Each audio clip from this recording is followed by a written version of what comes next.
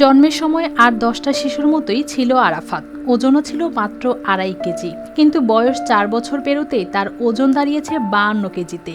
আমি যা পাই তাই খাই, ভাত খাই, তারপরে বিস্কুট খাই, তারপর মুড়ি খাই, রুটি খাই, চিটাই খাই।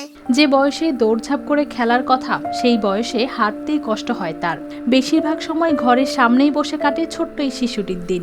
আমি পুরা ঘাট, আমি একলা আসলাম, আমার মাউনে আসে, আমি আর একলা আসে বসি, আর আম্মা কাপড় ধোয়া, আমার কাপড় নিয়ে যায়, বাইক নিয়ে যায় তরকারি আনতে, ভাত আনতে, গরম লাগে, গাও ঘামে যায়। নওগাঁর পত্নীতলার আরাফাত ভুগছে গ্রোথ হরমোনজনিত জটিল সমস্যায়। জন্মের কয়েক মাস পর থেকেই অস্বাভাবিকভাবে বাড়তে থাকে তার ওজন। সব ধরনের খাবারই খায়, চানাচুর, বিস্কিট, কাচ্চি বিরিয়ানি, গরুর মাংস। মানে ওর জন্য ও সবসময় বলে কি আমার জন্য কাচ্চি বিরিয়ানি নিয়ে আসবেন, গরুর মাংস নিয়ে আসবেন, খাসির মাংস নিয়ে আসবেন। আমি খুব পছন্দ করি, কিন্তু আসলে সবাই তো নিয়ে আসতে পারে না, সে গরিব।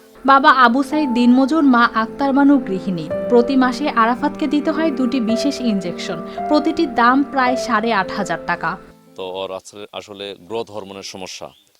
তো ওর বাবার টাকা দিয়ে যেটা ইনকাম করে 400 বা 500 টাকা, ওটা দিয়ে পরিবার চলে না। এই দেশ বিদেশের অনেক ওর ফ্যান ফলোয়ার্স আছে, চেহারাটা একটু মায়াবী, সেই জন্য খরচের কিছু টাকা দেয়। এটা দিয়ে ঔষধপত্র হোক আর এর চাহিদা, যেটা ফল খেতে চায়, মাছ মাংস খেতে চায়, সেটা খায়। আরাফাতের মা বলছেন, ছেলেটা যা খায় তাতেই যেন শরীর আরো ফুলে যায়।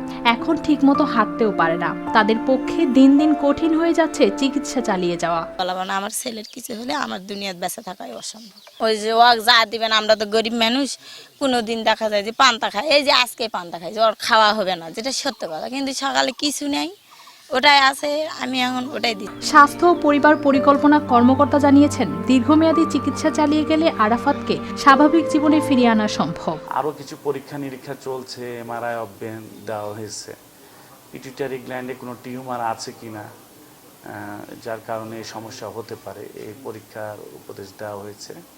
রিপোর্টটা এখন আর হাতে পৌঁছায়নি।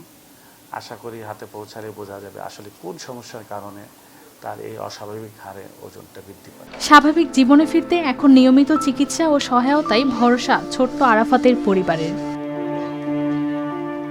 News desk, RTV।